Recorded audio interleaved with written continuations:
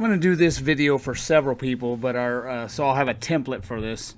So I might, most of this will be pre-recorded and I'll just add it to do it for another person. But the first contestant will be that desk pogue from Story County, Iowa, Latifah Faisal. She likes to play the race card and whatnot.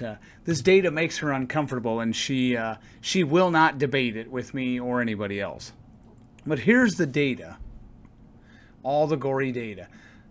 Actually, I'm not going to have all of it in here because I'd be here for hours, and everything she knows on this subject would fit on the back of a business card. So here we go. The following Democrat enclaves had a homicide rate from 2018 to 2020 of 24.856 per 100,000. See the links in the video description as per usual. The U.S. homicide rate from 2018 to 2020 was 5.533 per 100,000. Their homicide rate was collectively 449% higher than the U.S. average. Those cities are Baltimore, Detroit, Cleveland, Jackson, Memphis, Birmingham, New Orleans, East St. Louis City, Atlanta, Bibb County, Georgia, Dougherty County, Georgia, Montgomery City, Baton Rouge, Flint, Michigan, Philadelphia, Pine Bluff, Arkansas, Rochester, New York, Buffalo, Greensboro, North Carolina, Durham, North Carolina, Fayetteville, Milwaukee, Dayton, Ohio, Danville, Virginia, Portsmouth, Virginia, Hampton, Virginia, Newport News, Virginia, Petersburg, Virginia, Norfolk, Virginia, Roanoke, Virginia, Richmond, Virginia, the District of Columbia, Compton, California, North Little Rock, Arkansas, Wilmington, Delaware, home of President-elect Biden, Newark, New Jersey, Camden, Camden, New Jersey, Chicago, Gary, Indiana, Little Rock, Arkansas, Houston, St. Paul, Minneapolis, Cincinnati, Indianapolis, Albuquerque, Louisville, Syracuse, Kansas City, Missouri, Oakland, Augusta/Richmond County, Georgia, Savannah, Georgia, and Shreveport, Louisiana. Those cities were only 6.354% of the entire U.S. population 2018 to 2020. And as I said, had a staggering homicide rate of 24.856 per 100,000. Those cities had 28.54% of all homicides 2018 to 2020. Again, the U.S. homicide rate was 5.533. So you can see not just a little bit higher than the U.S. average, almost 4.5 times. Here are some other uncomfortable facts. In 2020 in Wisconsin, I've been over some of these before, but never hurts to rehash, does it? In 2020 in Wisconsin, of the 204 statewide arrests for criminal homicide, 55% of the arrestees were black. In 2019, of the 179 arrestees for homicide, 45.25% were black. In 2018 in Wisconsin, of the 169 folks arrested for criminal homicide, over half of them were black. Most of that is because of Milwaukee. Less than 7% of Wisconsin is black. In 2020, of the 192 people arrested for murder in Arkansas, 2/3 of them were black. In 2019, of the 165 people arrested in Arkansas for murder, over 2/3 of them were black, in a state where only 15.7% of the residents are black. 72.2% are non-Hispanic white. In 2018, of the 155 persons arrested for murder in Arkansas, over 2/3 of them were black. Black Lives Matter. In 2018 in Pennsylvania, murder victims were predominantly male, accounting for 77% of the total. Victim analysis by race reveals that 39.9% were white, 60.1% were non-white. Persons arrested for murder offenses in 2018 were predominantly male, and 63% of them were black. In 2017, we have the same case. Persons arrested for murder offenses in Pennsylvania in 2017, 60% of them were black. And most of the murder victims, 63% of them, were non-white. Have you seen that movie before? In 2017 and 2018 in Chicago, 80% of the murder victims were black, and more than 73% of the arrests in Chicago in 2017 and 2018 were black. In a state where, in this case Illinois, 14.6% of the residents are black, 60.8% white alone, not Hispanic or Latino. In 2019, of all murders where the race of the offender was known, over 2/3 of the murder offenders in Illinois were black. Most of that's probably Cook County. In Kansas City, Missouri, we have the same case.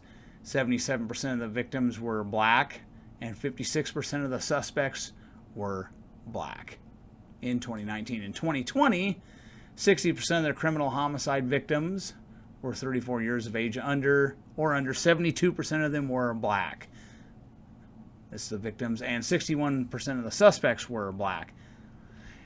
More than 64% of the murder victims in Missouri were black in 2018, and more than 68% of the arrests were black. Missouri is less than 12% black. Hey, Latifah Faisal, have you seen this movie before? In 2018 in Georgia, arrest data indicates that 75.87% of the people arrested for murder were black. In 2017, of the 474 arrests for murder, 78.48% are non-white. 32.6% of Georgia is black. And when Georgia does their tally on this, the two categorizations are white and non-white. So we have a lot of disproportionate homicide victims, and arrestees in Georgia are black. In Virginia, guess what? Same thing. In 2020, 64% of the people arrested for homicide in Virginia in 2020 were black, and 66% of the homicide victims were black. In 2019, 59% of the victims were black, and of the homicide offenders in Virginia, 280 or 65.42% of them were black. In 2018, we have the same story. 61.63% of the known offenders were black, and 60.35% of the victims were black. Do those Black Lives Matter, or is it white privilege causing blacks to kill blacks in Virginia? And I could keep going on this. You got the Maryland State Police. Breakdown of persons arrested for murder in 2019. 72.9% of them were black. In 2018 and 2019, over 45% of the arrestees, and this is only if this is all of them. If we only include known ones, it's about 80% black, but more than 45% of those arrested were black. So over 80% of the murder victims in Maryland are black. There's a lot of black-on-black murder, mostly in Baltimore. Outside of Baltimore, Maryland's pretty safe, but Baltimore is a mess. Now let's look at some more sobering information. I looked at state data as well as FBI data. When I read off a homicide rate, I am using the FBI tally, unless I tell you otherwise, and using the Census Bureau for population data, unless the state data is close, like it was with Georgia. If you want all the gory details, read the essay for yourself. I turn over a lot of stones. Wisconsin homicide rate 2018 to 2020 was roughly 3.759 per 100,000. Milwaukee homicide rate for the same time frame was almost 22 per 100,000. And the homicide rate in Wisconsin outside of Milwaukee was 1.724. The spike in homicide in Wisconsin was mostly Democrat enclave Milwaukee. Criminal homicide is not increasing everywhere. That's a mantra a lot of these Democrats are using now. They're just trying to say, oh, we're increasing everywhere. It's a problem everywhere. And then they can take it away. They can take the blame away from Black Lives Matter, stoking, trying to gin up the idiots to riot and to defund the police crowd. What about Iowa, Latifah Faisal? Iowa's homicide rate 2018 to 2020 was a very low 2.368 per 100,000. Davenport and Des Moines during the same time frame, 2018 to 2020, was 6.837. Keep in mind those two cities have about 10% of Iowa's population. 2018 to 2020 homicide rate for Iowa outside of Des Moines and Davenport, 1.871. Again, homicide is not increasing everywhere or a problem everywhere. It's mainly cities run by Democrats. How about Minnesota? 2018 to 2020 criminal homicide rate was 2.435 per 100,000. Criminal homicide rate for the Twin Cities 2018 to 2020 was 10.984. Homicide rate in Minnesota outside the Twin Cities 2018 to 2020 was 1.152. Again, homicide is not increasing everywhere. It is mainly cities run by Democrats that have catered to the Black Lives Matter sociopaths, cities that have woke public schools, lots of folks on food stamps, lots of fatherless children, and they are usually diverse. How about Illinois? 2018 to 2020 homicide rate 7.5. That's pretty high. East St. Louis and Chicago criminal homicide rate 2018 to 2020 23.391. Illinois homicide rate outside of Chicago and East St. Louis during that time frame 3.105. How about Indiana, Latifah Faisal, or anyone else when I do this for them later? How about Indiana? 2018 to 2020 criminal homicide rate 6.531, above the national average by quite a margin. Gary and Indianapolis, their homicide rate 2018 to 2020 was 23.967. And the Indiana rate outside those two cities 3.679. What about Ohio? 2018 to 2020, their homicide rate was 5.463, right about the national average. Dayton, Cincinnati, and Cleveland homicide rate 2018 to 2020, 31.513. Homicide rate in Ohio outside of those cities, 3.494. How about Michigan? Their homicide rate 2018 to 2020, 6.19. According to the FBI, the Michigan State Police puts it at 5.725. Criminal homicide rate 2018 to 2020 in Detroit, Flint, and Pontiac, and I use their state data to tally this, 43.138. Criminal homicide rate in Michigan outside of those three dumps, 3.029 according to the FBI and 2.524 according to the Michigan State Police. So you can see outside of the Democrat enclaves of Flint, Pontiac, and Detroit, you are safe in Michigan for the most part. What about Virginia? 2018 to 2020, their homicide rate was 5.221, a little bit lower than the national average. But those Democrat-run cities, Richmond, Roanoke, Norfolk, Danville, Newport News, Petersburg, Hampton, and Portsmouth, their homicide rate was almost 20, registering 9.647 per 100,000. Homicide rate in Virginia outside of those cities, 3.189. Have you seen this movie before? How about Georgia? Their homicide rate was 7.030. Criminal homicide rate for Atlanta, Augusta/Richmond County, Savannah, Bibb County, and Dougherty County, 21.081. Criminal homicide rate in Georgia outside those cities, 5.438. So that's still kind of high. But we'll dig into some more info that'll help you figure this out. That's still kind of high, but a little bit lower than the national average, but not encouraging. How about Louisiana? They have a sky-high homicide rate, 12.945 per 100,000. But in Shreveport, Baton Rouge, and New Orleans, their criminal homicide rate for 2018 to 2020 was 36.221. And outside of those cities, it's 8.151. That's still pretty high. Louisiana has a lot of issues. How about Alabama? 2018 to 2020 homicide rate, 8.18 per 100,000. Montgomery City and Birmingham had a homicide rate during those years, though, of 36.414.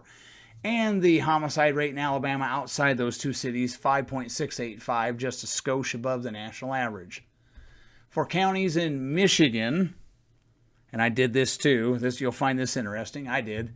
Took a long time to compile, but it was worth it. For counties in Michigan that voted for Donald Trump 60% or more in 2016 and 2020, their collective homicide rate from 2018 to 2020, and again, these are counties that voted for Trump 60% or more in those 2 years, their homicide rate from 2018 to 2020 was 1.618.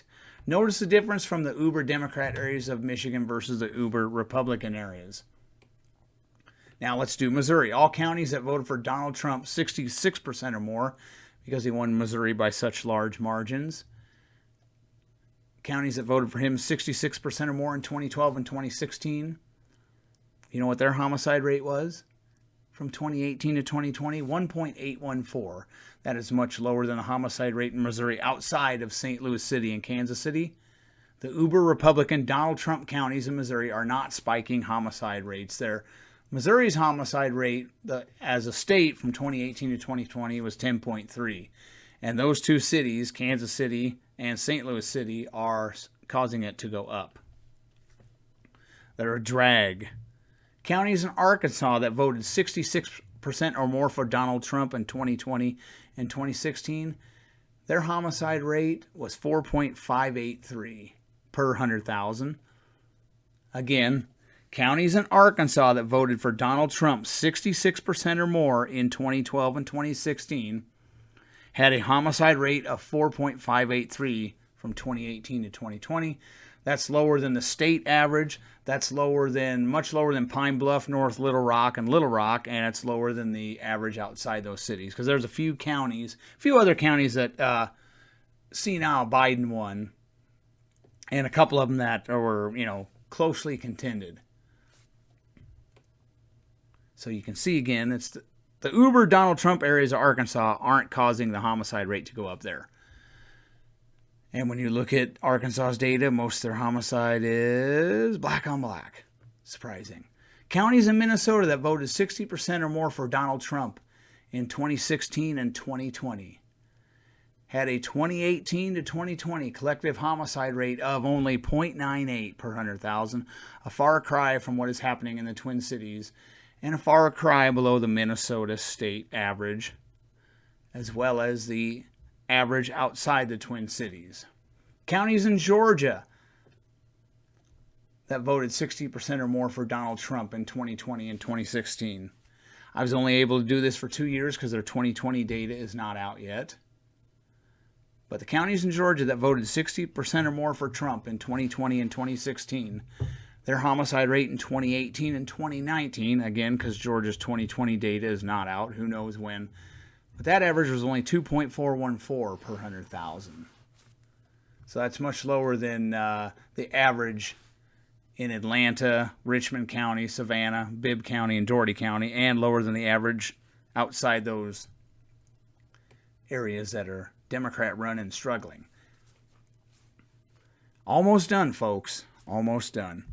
Counties in Illinois that gave Donald Trump 60% of the vote or more in 2020 and 2016. There's a boatload of them. Those counties had a homicide rate of only 1.93 per 100,000.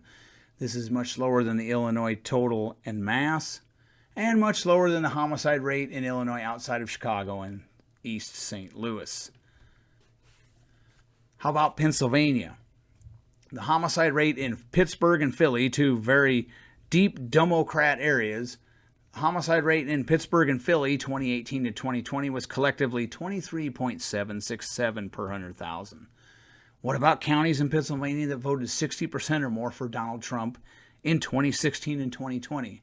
Those counties, and there are many of them, they are legion, for there are many of them, those counties had a homicide rate 2018 to 2020 of only 2.850 per 100,000. That is lower than the Pennsylvania rate by far, and lower than the Pennsylvania rate outside of Philly and Pittsburgh.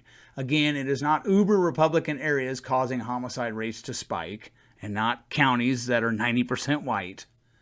It is typically diverse areas run by Democrats with lots of fatherless children, lots of food stamps, lots of high school dropouts, lots of working age folks taking a permanent break from the workforce, and horrible public schools like the Borg. There is no escape. I think you get the point by now, and read the essays if you want a little bit more. I turned over a lot of stones. I think you get the point by now, and pass this on to Story County, Iowa Supervisor Latifah Faisal. See if she can cough up an answer. My guess is she will block you. The facts are not racist.